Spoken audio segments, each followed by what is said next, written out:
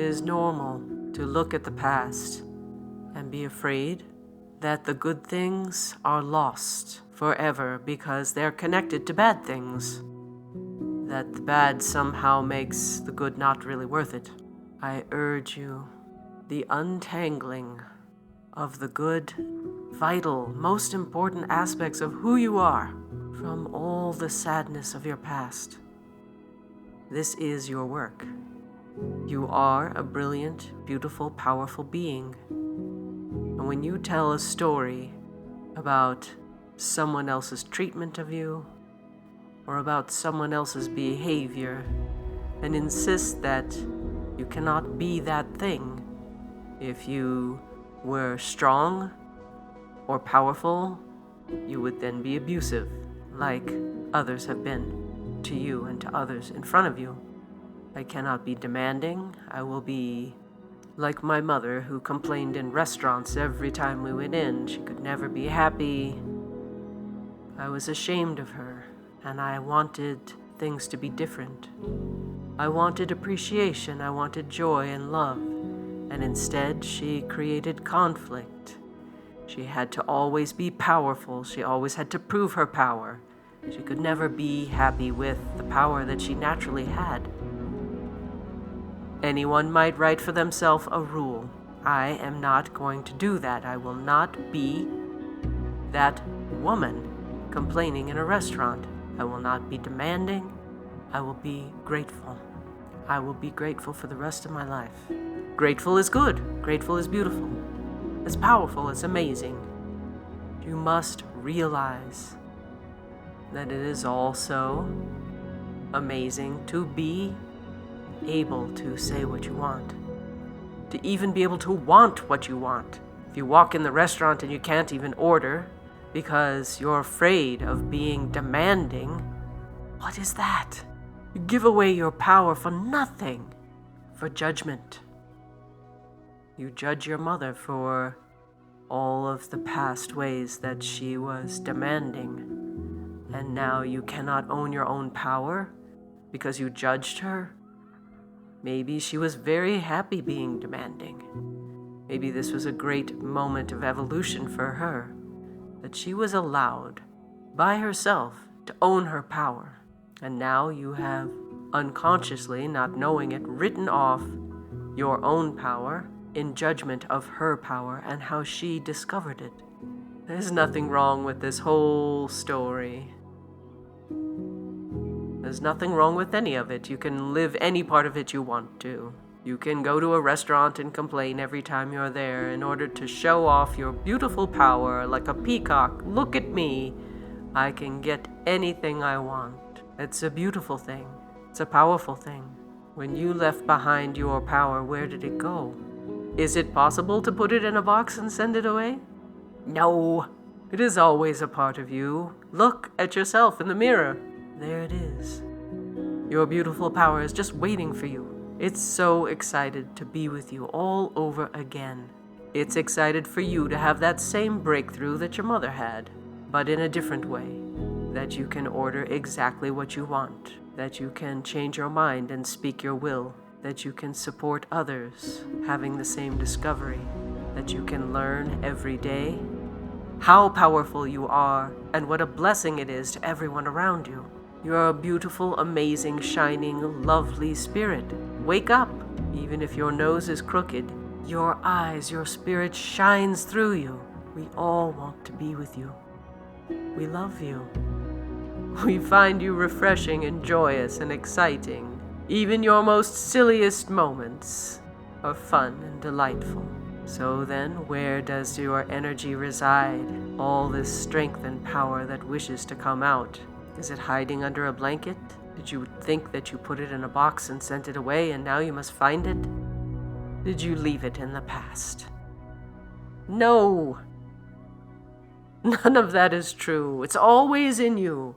It's always excited and willing and joyous, ready to come leaping out. The same as your inner child. We think of this whole part of ourselves, our memories, our unmet needs, our woundedness from our childhood. We think of these as our inner child. That's not true. They are just memories. They are old. They're not needed anymore.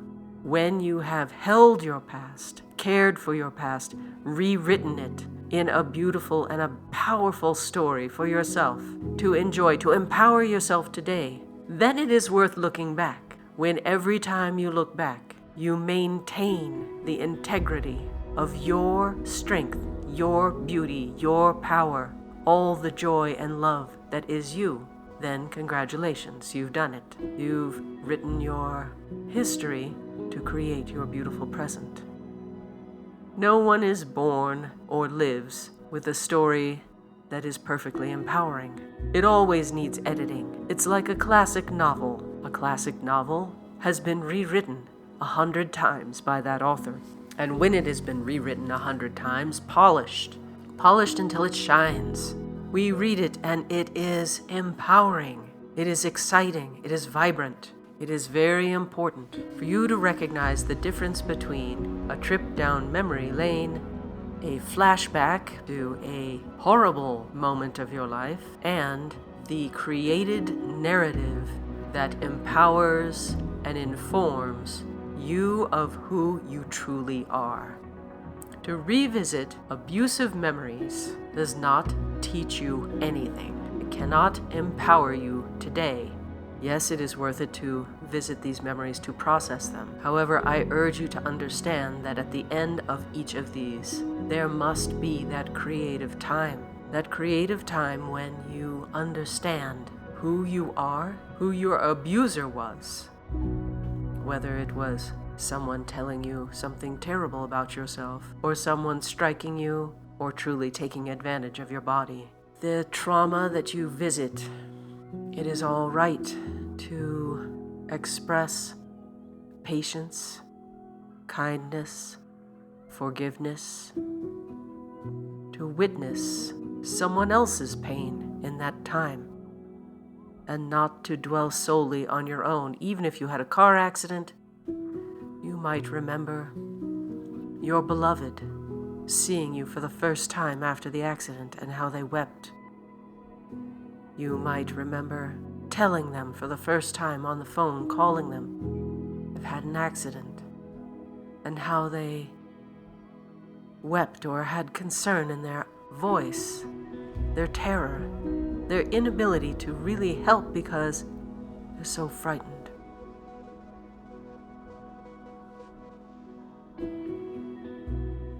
Do you understand what I'm saying?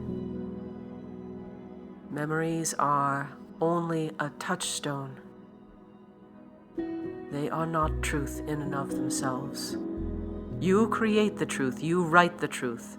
You are the author of your past. Because when you look at it, you understand, you create a story, a meaning that works for you today. No one else can do this for you. Others may offer, well, perhaps you're better off because of what happened to you. No one can tell you that. You must write it for yourself, because every person's understanding is different. If you have been terribly abused in your life, I am so sorry. And I understand that it is very supportive to be around others who have been through similar things. But it is important to recognize that no one can tell you this is what you should get from that experience. Some people have learned to truly enjoy the memories of their sexual abuse. And this is one way to process that memory and turn it into something that is not harmful. No one can tell you to do that. I do not tell you to do that. If you choose that, it is your choice. If you choose to say, I am the author of all that happens in my life, and therefore I chose this abuse, whatever kind it was. I chose this experience, this car accident. That is your way of understanding it. To offer that to someone else is an offer. No one can tell you how to rewrite your history to create something better. So then I urge you, take the pen in your own hand. Write the story that works for you. Do not allow anyone to tell you, this will heal your past, that will heal your past. You may listen to many ideas that can give you some perspective on what does help you, what does not help you. No one can tell you how to write your story, because you are the brilliant author of this classic of history. And yes, you may have to rewrite it many times. You may have to polish it 100 times. And I offer to you now, you have this power. You have the power to author your life. You have the power to create it yourself. So now go, and I'm eager to hear your new story. I know that you're going to find something beautiful there that's powerful and amazing. I know that you're going to find that all your greatest gifts can, yes, be traced to things in that time. It is a delicate process, and no one can truly tell you how to do it. But when you own that you have this power, you'll find that you're very powerful indeed. Indeed, you can do it every day. Indeed, we must do it every day. This is the reason my child was unhappy with me yesterday, and I am excited, I am empowered to change how I talk to them today, because I want that beautiful interaction that we both enjoy, that we both love.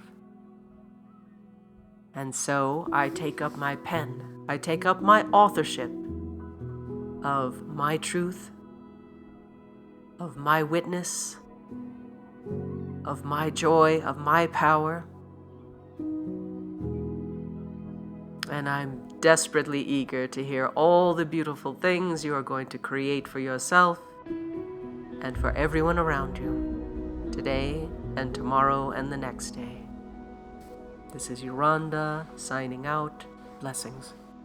I love you.